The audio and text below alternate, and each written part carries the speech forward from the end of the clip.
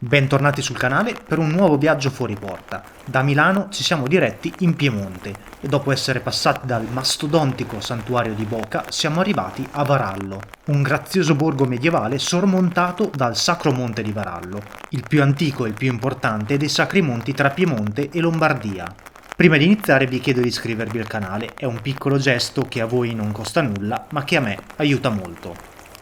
Carissimi, buongiorno dal santuario della Madonna di Boca. Ci troviamo in Piemonte in questa uggiosa giornata, non il massimo per una gita fuori porta, però questa è solo la prima tappa di questa giornata e questo santuario è molto importante qui in Piemonte anche perché l'architetto è Alessandro Antonelli, che ha progettato anche la mole antonelliana. L'edificio è veramente enorme. È sorto intorno al 1600 e al suo interno c'è un affresco in cui è raffigurata la morte di Gesù in croce, con ai fianchi Maria e San Giovanni.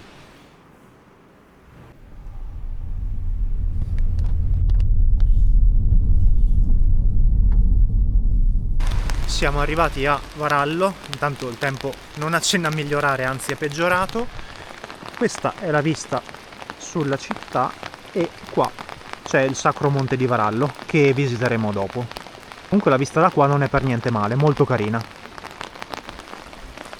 Varallo è sotto la provincia di Vercelli, ha circa 7.000 abitanti, quindi è molto piccolo, ma camminare tra le sue vie è piacevole. Qui si trovano molte costruzioni storiche, come questo ponte che ha più di 600 anni. Detto questo, sono sicuro che se venite a Varallo lo fate per il Sacro Monte, ma vi voglio consigliare di dare un'occasione anche alle vie della città.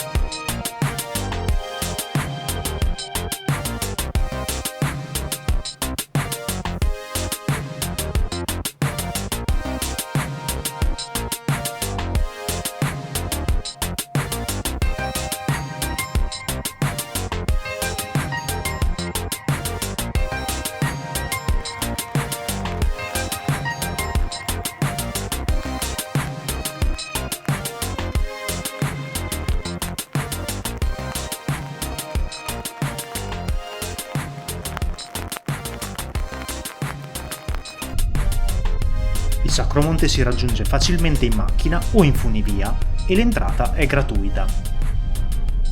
Siamo arrivati al Sacro Monte di Varallo, che è il più antico dei Sacri Monti e per qualità artistica e anche dimensioni è il più importante di tutti questi Sacri Monti. Il sito si compone di una basilica che costituisce la stazione finale di questo percorso che si snoda tra vie e piazzette e 44 cappelle affrescate con oltre 800 statue a grandezza naturale. Le prime cappelle risalgono al 1400 e ovviamente sono dedicate ai principali episodi evangelici. Con il passare dei decenni il sito viene ampliato con unione tra scultura e pittura e statue sempre più frequenti. Nel corso degli anni le cappelle sono state restaurate, ma la bellezza non ne ha risentito.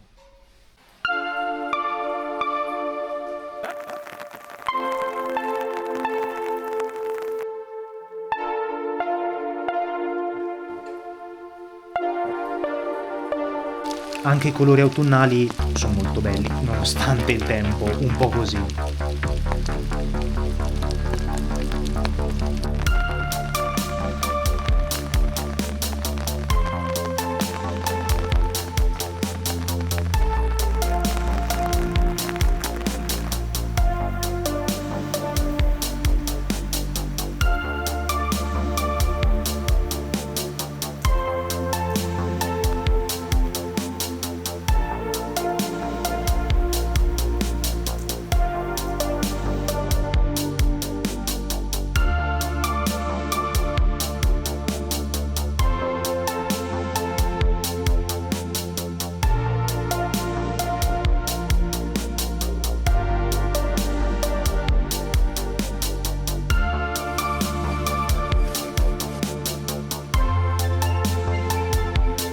tetti in piode tipici delle zone montane tra Piemonte e Lombardia, ma non solo.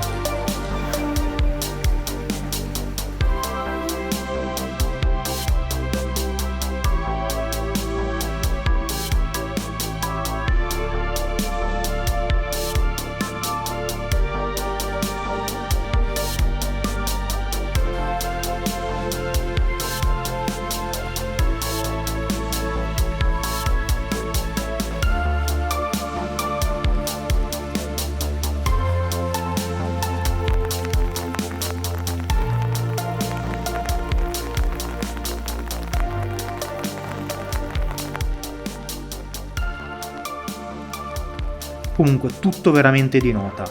Statue, affreschi, edifici. Sicuramente una tappa consigliata, anche visto che è patrimonio UNESCO insieme agli altri sacri monti del Piemonte e della Lombardia. Dopo la visita al monte torniamo in paese per la chiesa di Santa Maria delle Grazie. Risale a fine 1400 e se volete visitarla attenzione perché è chiusa dalle 11:45 alle 15.